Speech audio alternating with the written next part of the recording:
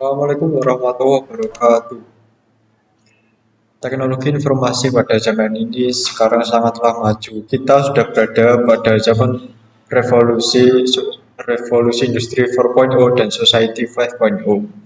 Sehingga teknologi informasi digunakan untuk membantu dalam kehidupan sehari-hari. Contohnya dalam hal pendidikan. Teknologi informasi digunakan dalam perencanaan hingga evaluasi dalam proses pendidikan. Perencanaan seperti melakukan penyusunan kurikulum atau RPP, proses pendidikan seperti pengajaran online atau menggunakan media belajar berbasis teknologi, dan evaluasi menggunakan suatu aplikasi yang digunakan untuk menilai kemampuan siswa dalam memahami materi. Selanjutnya, kami akan menunjukkan cara membuat produk untuk hal-hal Di tersebut. sini saya akan menjelaskan cara membuat catatan dengan menggunakan aplikasi Google Keep. Berikut terdapat contoh catatan pembagian tugas anggota kelompok. Di dalam Google Keep ini tersedia berbagai fitur yang dapat kita manfaatkan. Yang pertama, pada opsi titik 3 ini dapat kita klik dan kita pilih Show Checkbox. Nah, ini fungsinya untuk memberi centang. Jadi, apabila ada anggota kelompok yang telah selesai dengan tugasnya, maka dia bisa mencentang.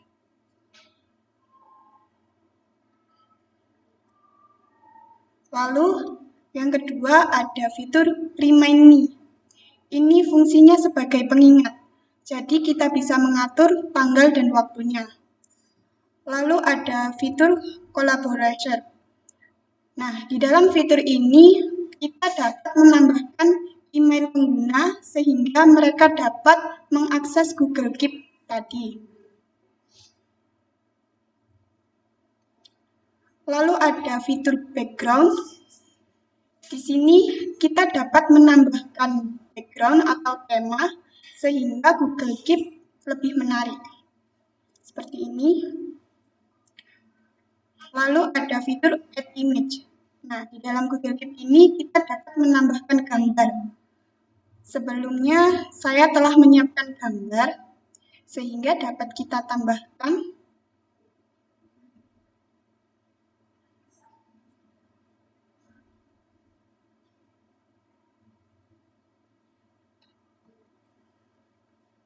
Nah, maka Google Keep ini terlihat menarik. Lalu yang terakhir ada arsip. Jadi kita bisa mengarsipkan Google Keep atau catatan tersebut. Sekian, terima kasih. Di sini saya akan menjelaskan cara mencari materi dan mencari template dengan menggunakan Google Search. Yang pertama kita cari materinya terlebih dahulu. Bisa kita klik di kolom search.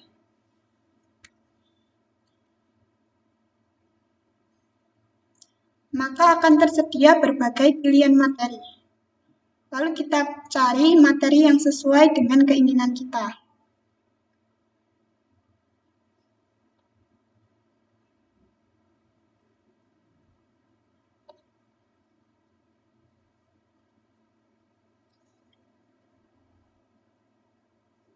Nah, maka kita bisa meng-copy paste materi dari suatu blog.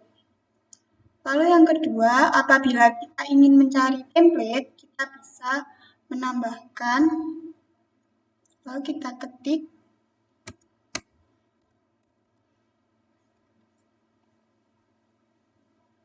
maka akan tersedia berbagai blog seseorang.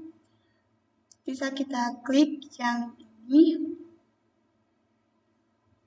Nah, di dalam web ini tersedia berbagai template yang bisa kita download dan kita manfaatkan sebagai media pembelajaran. Di sini saya akan menjelaskan tentang bagaimana cara mengupload file materi ke dalam Google Drive. Yang pertama yaitu kita buka aplikasi Chrome. Kemudian kita pilih dan klik aplikasi Google Drive. Kemudian klik tanda plus atau tambah di sini. Kemudian pilih yang new folder sebagai tempat untuk mengupload file materi nanti. Kemudian kita ganti judul nama foldernya menjadi materi bangun ruang. Kemudian kita klik create. Maka folder baru yang telah kita buat tadi akan muncul di sini. Kemudian kita klik plus atau tambah lagi, kemudian pilih file upload. Di sini kita bisa mengupload materi yang kita inginkan. Di sini saya akan mengupload materi bangun ruang. Kemudian klik open. Kita tunggu selama beberapa saat. Dan materi bangun ruang yang kita upload tadi sudah muncul di sini. Kemudian kita kembali ke halaman awal aplikasi Google Drive.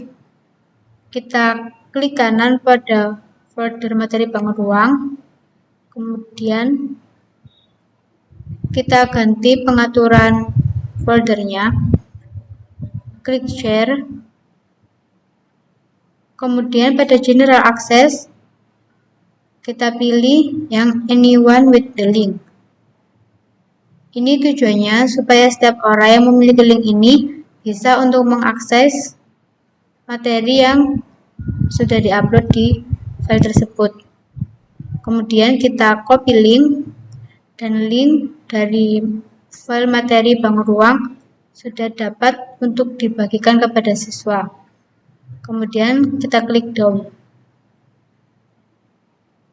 Demikian penjelasan singkat dari saya tentang bagaimana cara mengupload file materi ke dalam Google Drive. Di sini saya akan menjelaskan tentang bagaimana cara membuat Google Slide yang menarik serta inovatif bagi siswa. Yang pertama yaitu kita buka aplikasi Chrome terlebih dahulu, kemudian kita klik Slideshow. Kita klik enter. Platform Slideshow ini merupakan tempat yang berisi berbagai macam template untuk membuat Google Slide yang akan kita gunakan lebih menarik. Kita klik. Pada halaman awal di Slideshow ini kita bisa melihat berbagai macam template yang bisa kita gunakan sesuai dengan kebutuhan kita. Misalnya saya akan mencari template di sini.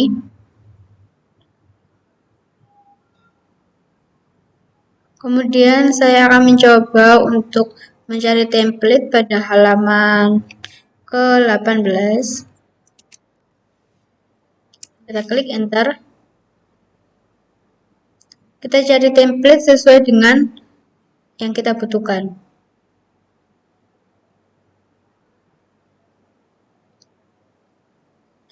Misalnya saya ingin menggunakan template yang ini. Dan kebetulan template yang saya pilih ini juga bisa diganti warnanya. Ini untuk mengganti ke warna ungu, ini untuk mengganti ke warna pink, ini untuk mengganti ke warna orange, dan ini untuk mengganti ke warna hijau. Dan saya akan menggunakan yang warna orange ini. Kemudian kita klik download dan kita pilih ke Google Slide. Kita tunggu selama beberapa saat dan kita klik make a copy.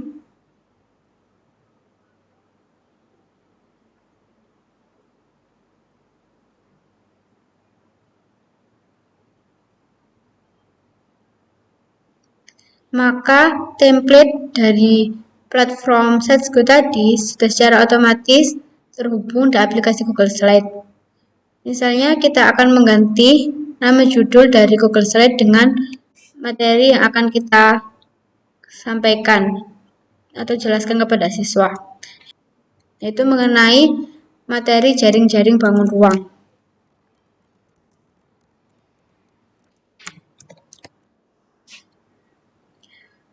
Di sini kita juga bisa mengganti font serta ukurannya.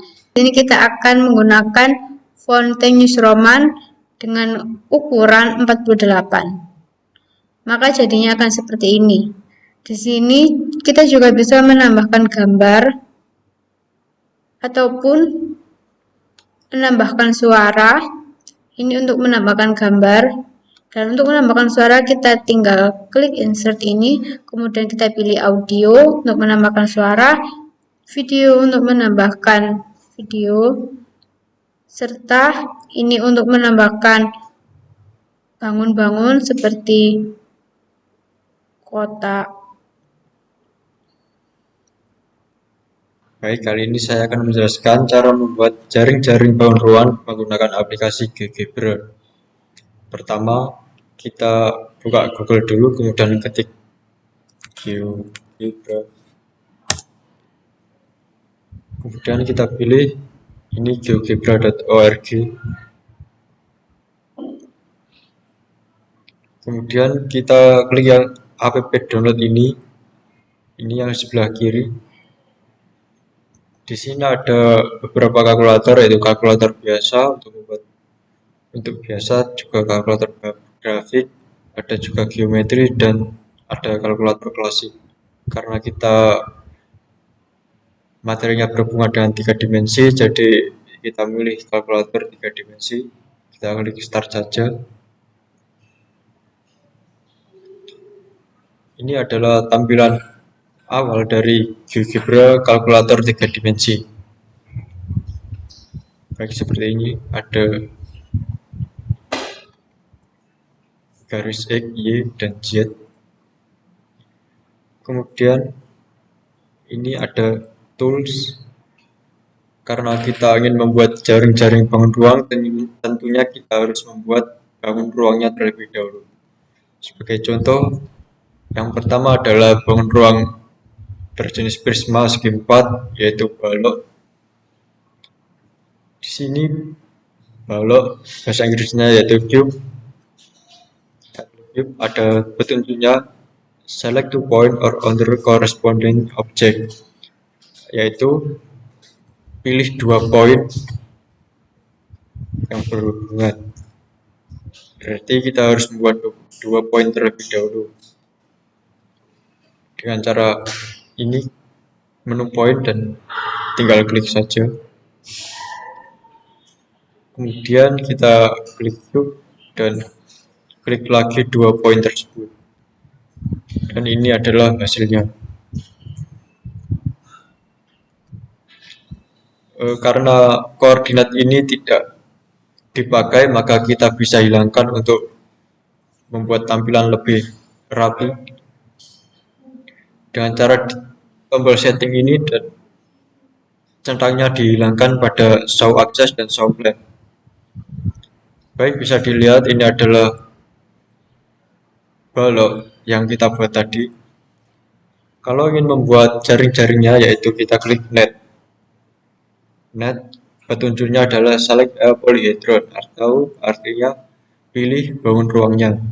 Kita tinggal klik dan selesai. Kita zoom out dulu.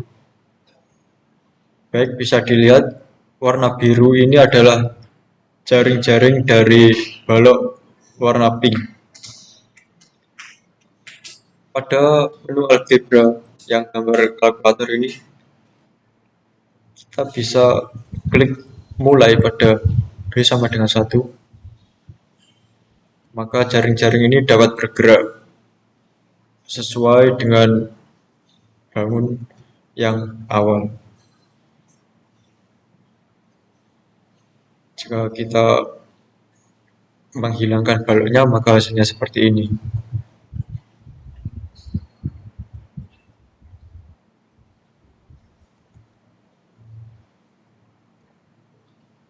Ini bisa dilihat dari segala arah, jadi bisa memudahkan pelajar untuk memahami konsep dasar dari bangun ruang dan juga jaring-jaringnya. Baik, demikianlah cara untuk membuat jaring-jaring bangun ruang menggunakan aplikasi GeoGebra. Baik, untuk selanjutnya adalah proses mengevaluasi kemampuan siswa. Di sini kami menggunakan aplikasi Quizzes. Yang pertama kita klik Google Search, lalu pilih Quizzes. Nah, akan muncul webnya, lalu klik.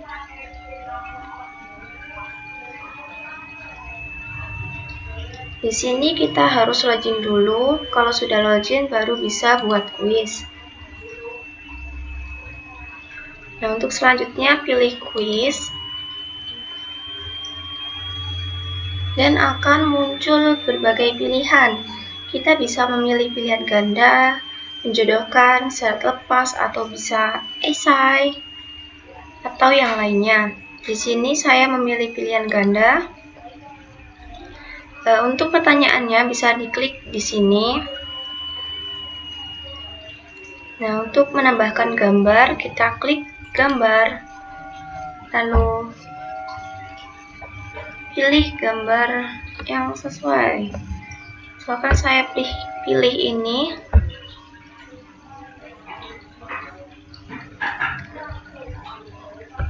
Nah, akan muncul seperti ini.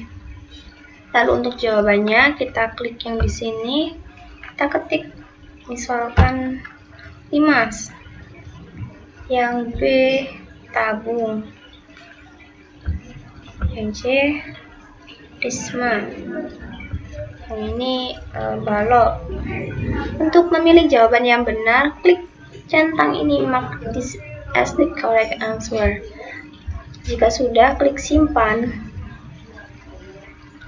Nah, untuk menambahkan kuis selanjutnya, kita buat soal baru.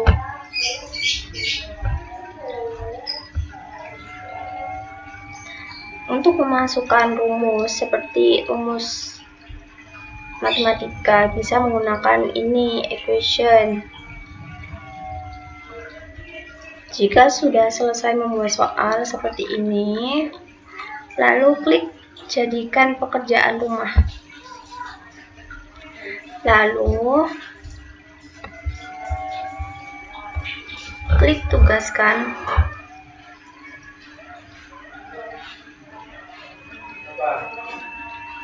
Dan akan muncul batas waktu dan beserta kode. Lalu bisa di classroom ini. Nah, sekian penjelasan tentang kuisis. Selanjutnya yaitu tata cara penggunaan aplikasi Draw.io. Nah, aplikasi Draw.io ini dapat kita buka melalui Google dengan kita klik di sini Draw.io, lalu enter, terus kita klik diagram net, lalu klik create new diagram, lalu klik create. Karena pada praktek kali ini kelompok kami menggunakan aplikasi Draw.io ini sebagai perencanaan pembelajaran, maka file di sini akan saya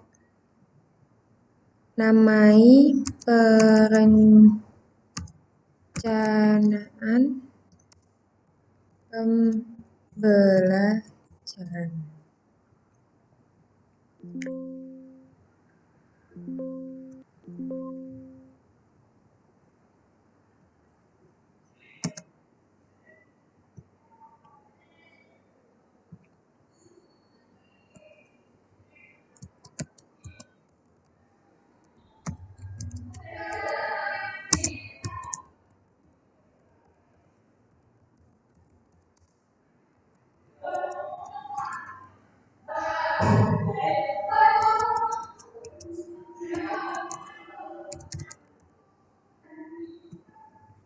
Lalu kita klik blank diagram. Nah, ini adalah tampilan Draw.io yang telah saya buat. Nah, dalam Draw.io ini saya menjelaskan perencanaan pembelajaran yang telah dibuat oleh kelompok kami dengan dimulai membuat materi, selanjutnya membuat kelas di Google Classroom,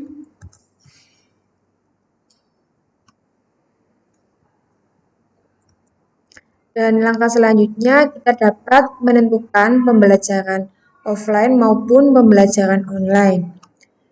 Nah, karena pembelajaran yang diambil oleh kelompok kami adalah pembelajaran online, jadi di sini saya mengetik yes di Grawio ini untuk pembelajaran online. Selanjutnya, langkah selanjutnya yaitu pembelajaran melalui Google Meet, lalu menilai performa siswa, dan membuat laporan efektivitas pembelajaran online.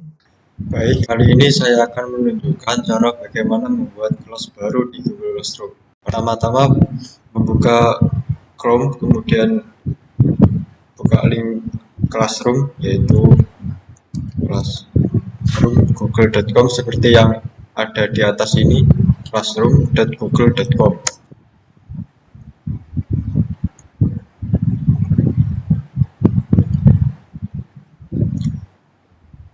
Kemudian di sini ada tanda plus, klik, kemudian buat kelas atau create kelas, ketik nama kelas, misalnya kelas 6 matematika 3. Seksinya ini tidak wajib, seksi subjek dan roomnya tidak wajib, kita isi saja.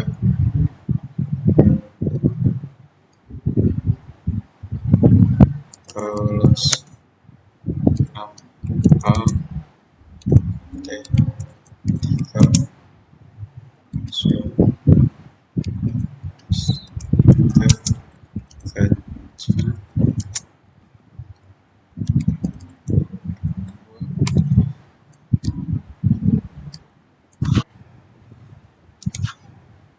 dan kalau sudah kita klik create ini.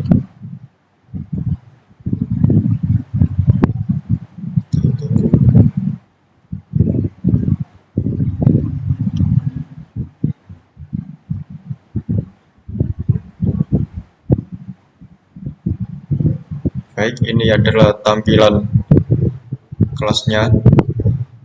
Ini adalah kode 5YBS ini. Kita copy dan bagikan ke siswa-siswa. Baik, itu adalah penjelasan singkat cara membuat kelas di Google Classroom. Di sini saya akan menjelaskan tentang bagaimana cara membagikan atau men-share link Gmeet kepada siswa. Yang pertama yaitu kita buka aplikasi Chrome terlebih dahulu. Kemudian kita pilih aplikasi Google Classroom. Kita klik.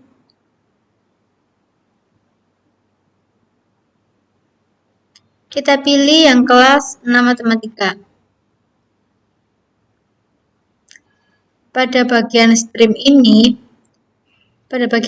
ini ada lambang Gmeet atau logo aplikasi Gmeet di sini. Kemudian kita klik generate link. Kemudian kita save untuk mendapatkan link Gmeet. Kemudian kita klik join agar kita bisa bergabung ke dalam Google Meet. Dan akan muncul tampilan seperti ini. Ini adalah fitur untuk mengaktifkan mikrofon. Ini adalah fitur untuk mengaktifkan kamera. Kemudian kita klik join now di sini. Maka secara otomatis kita akan join dan masuk ke dalam Google Meet. Di dalam Google Meet kita juga bisa untuk share screen layar. Kita klik present now. Kita pilih yang your entire screen. Kemudian kita klik share.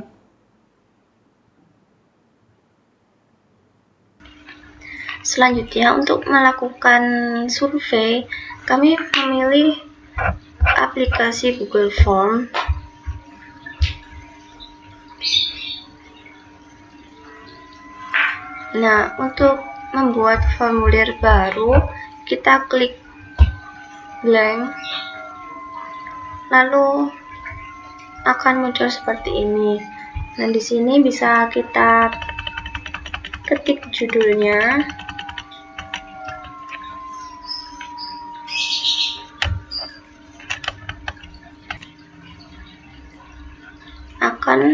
Nah, seperti ini judulnya. Untuk deskripsi bisa kita tulis seperti ini. Untuk pertanyaan pertama bisa kita tulis nama terlebih dahulu, lalu pilih jawaban singkat, lalu tambahkan pertanyaan.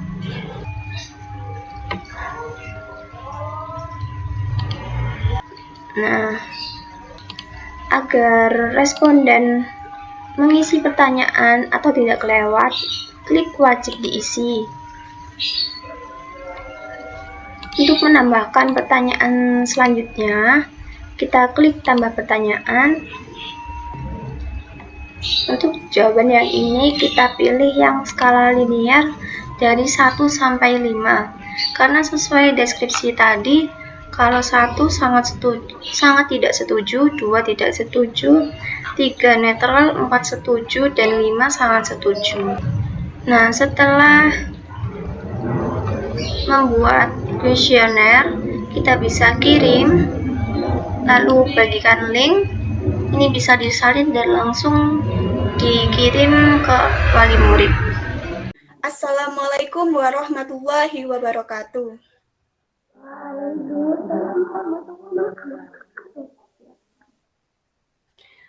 Perkenalkan, nama saya Deno. Adik-adik bisa memanggil saya dengan Kak Deno. Sebelum memulai pembelajaran pada kali ini, marilah kita membaca basmalah. Bismillahirrahmanirrahim. Nah, pada pertemuan kali ini, kita akan membahas materi mengenai jaring-jaring bangun ruang. Bisa di-share screen?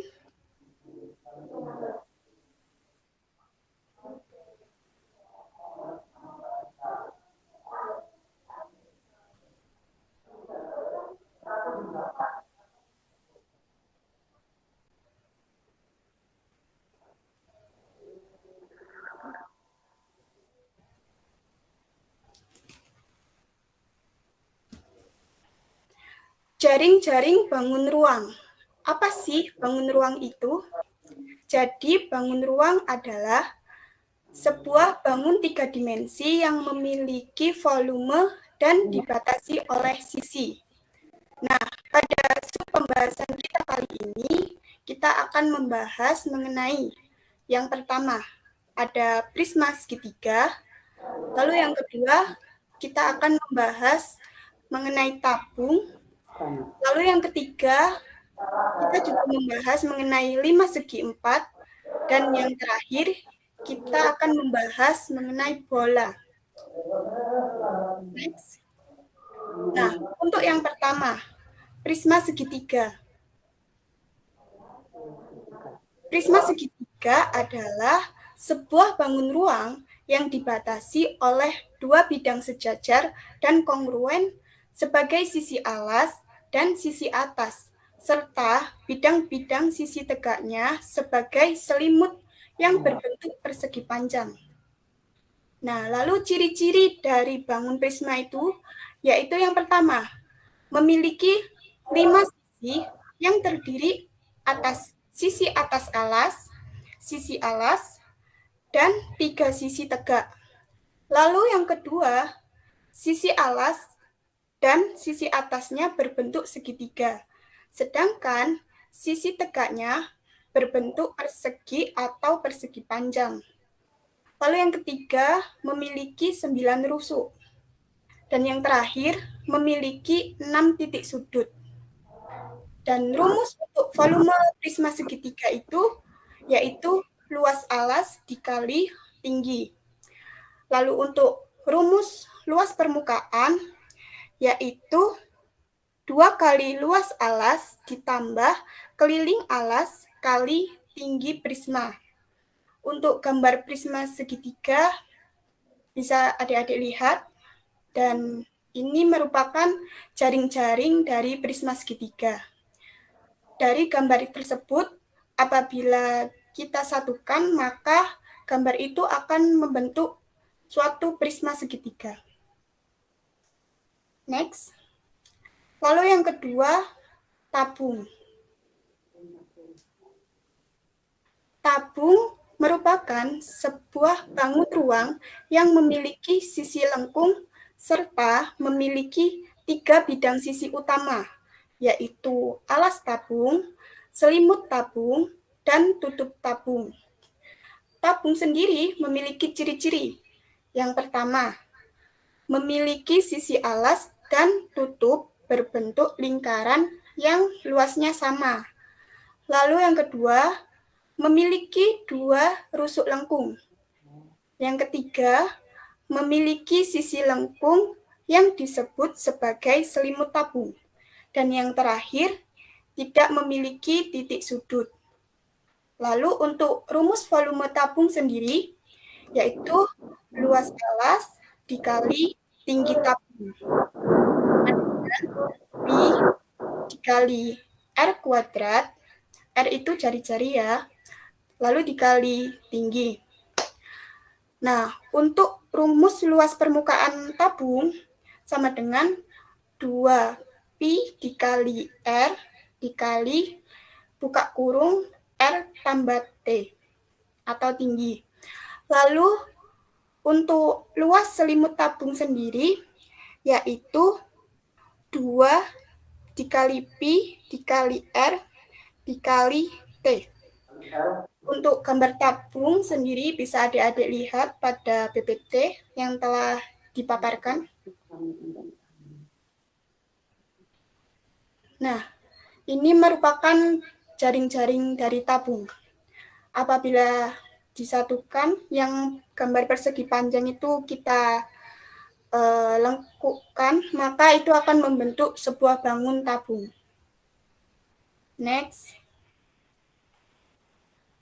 Lalu yang ketiga, yaitu 5 segi 4.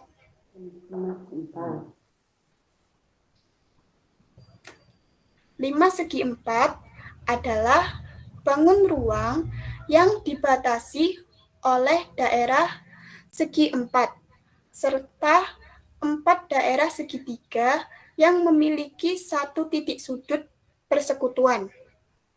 Ciri-ciri dari 5 segi 4 sendiri yaitu yang pertama, memiliki 5 sisi yang terdiri dari sebuah sisi alas dan 4 sisi tegak.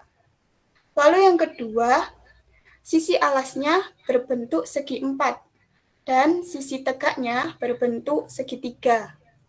Lalu yang ketiga, memiliki 8 rusuk. Dan yang terakhir, memiliki 5 titik sudut dan salah satunya merupakan titik puncak. Untuk rumus dari volume 5 segi 4 yaitu 1/3 dikali luas alasnya yaitu segi 4 dikali tinggi limas. Tinggi limas yaitu dari alas sampai ke titik puncaknya. Lalu untuk rumus luas permukaan itu sama dengan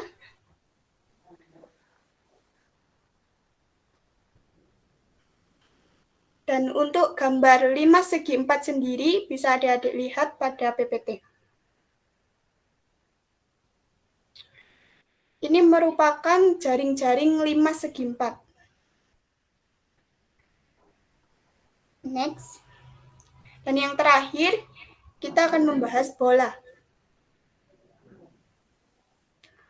Bola adalah bangun ruang 3 dimensi yang dibentuk oleh titik-titik yang berjarak sama terhadap titik pusat dan hanya memiliki 1 sisi.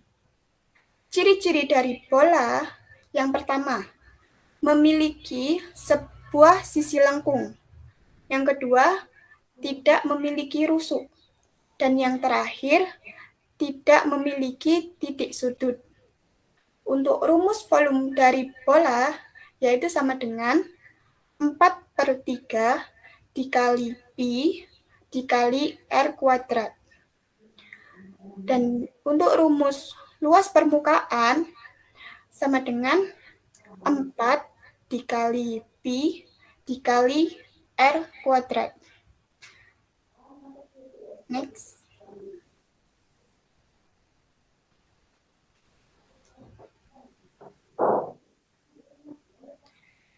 Nah, ini merupakan jaring-jaring dari bola.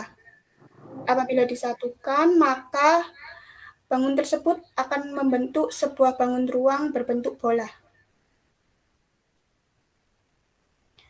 Nah, sekian pemaparan materi dari saya.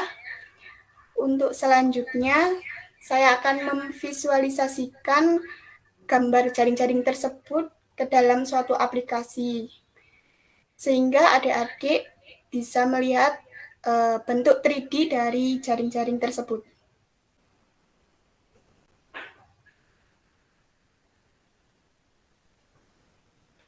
Nah,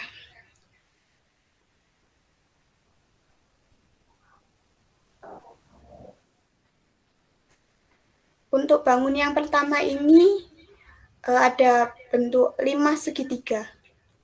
Jadi 5 segitiga itu alasnya berbentuk segitiga dan sisi-sisinya juga berbentuk segitiga.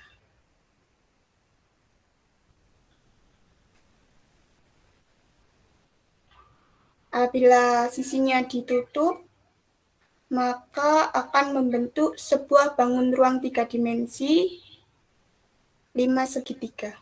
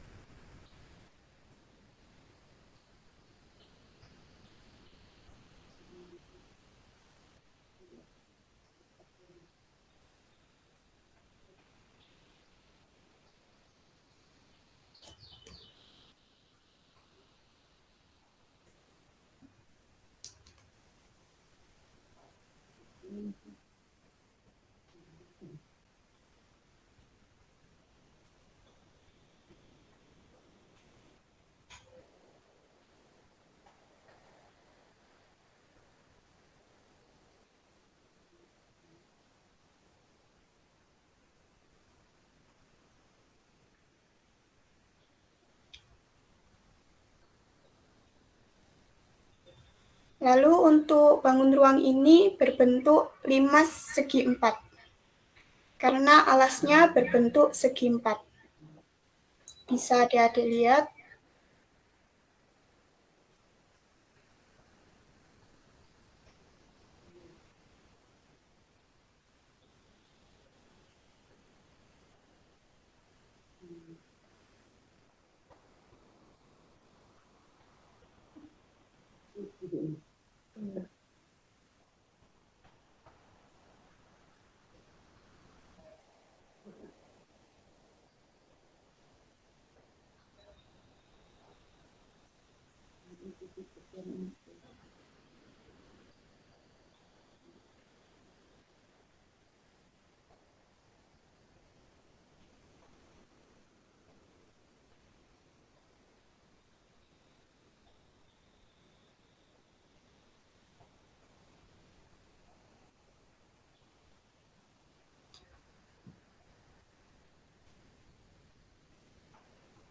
Untuk gambar selanjutnya merupakan jaring-jaring kubus.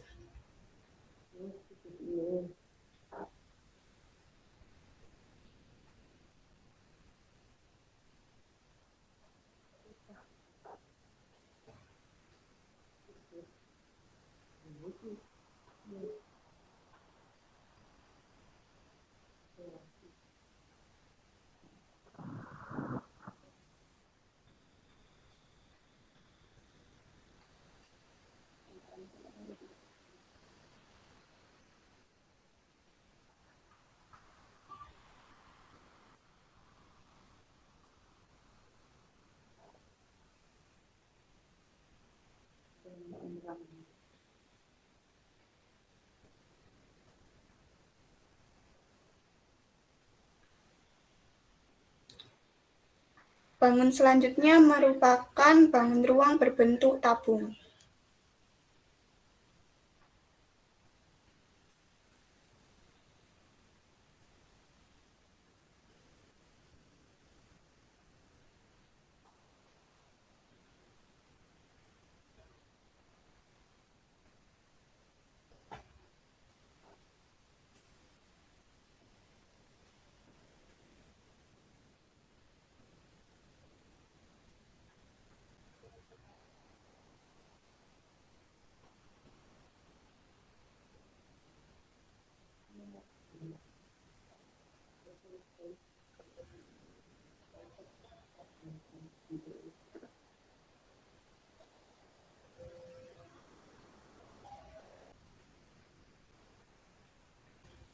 Untuk adik-adik, apakah ada yang ditanyakan?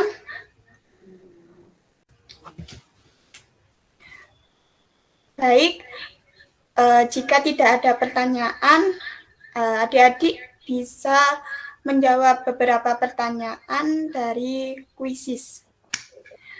Baik, sambil menunggu kuisisnya ditampilkan, perkenalan dulu nih, adik-adik ini ada siapa aja sih?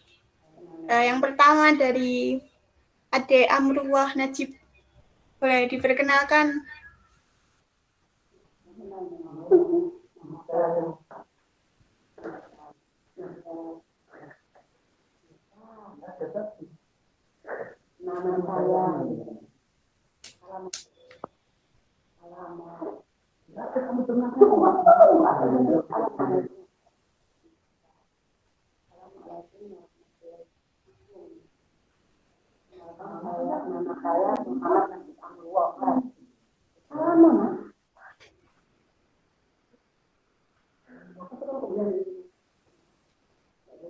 Assalamualaikum, nama saya Muhammad Tajib Amrullah.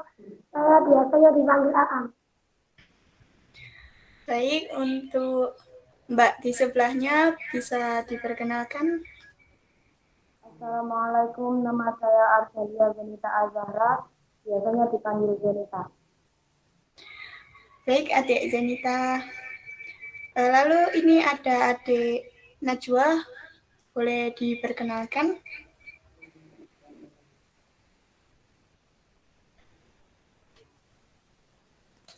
Assalamualaikum Kak, nama saya Marina Juarayu, dipanggil Najwa Kak. Waalaikumsalam. Halo adik Najwa. Kak. Baik.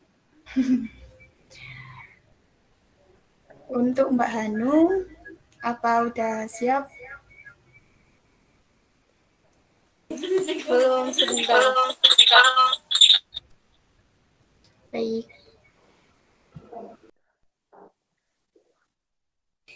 Oke, sambil menunggu kuisisnya ditampilkan, saya mau tanya-tanya nih sama adik nih Najwa tadi namanya, iya. Iya Kak. Nah, mau nanya, kira-kira Najwa kalau di sekolah itu pelajaran yang disukai apa? Bahasa Indonesia sama Indonesia, akidah, bahasa SKI sama akidah Kak. Kira-kira Najwa suka nggak sama pelajaran matematika? Nggak suka, Kenapa kok nggak suka? agak sulit caranya Kak. Sulit. Iya. Ya, nanya lagi ya. Nah, dari pembelajaran tadi yang disampaikan oleh teman-teman saya, menurut Najwani, lebih menarikkan mana? Pembelajaran melalui Google Meet ini atau pembelajaran di kelas? Di kelas. Di kelas. Iya. Oke. Terima kasih. Iya. Untuk adik Aam sendiri sama adik Zeni, suka pelajaran apa nih kalau di sekolah? IPA dan matematika. Ih, keren, suka matematika. Baik, untuk adik-adik, ini link kuisisnya udah ditaruh sama Kak Hanum di kolom komentar.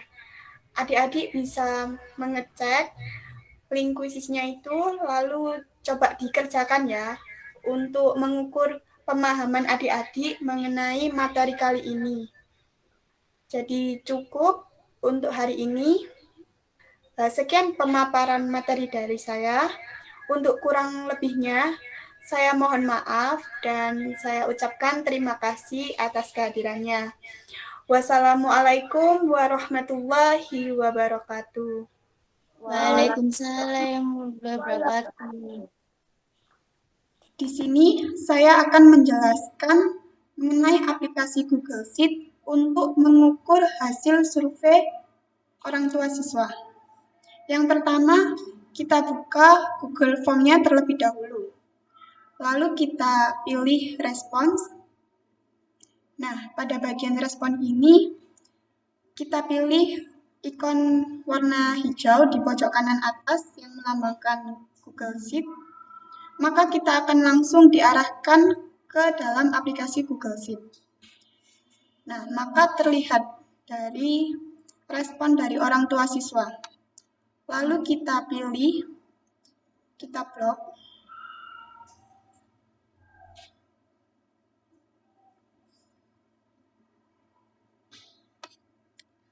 Lalu kita klik insert, chart.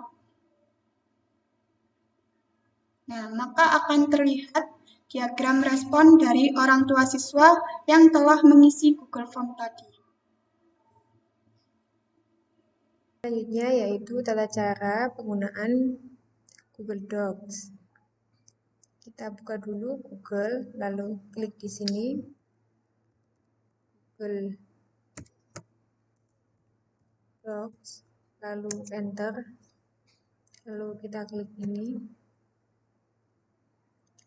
lalu kita klik Go to Docs, lalu kita pilih blank.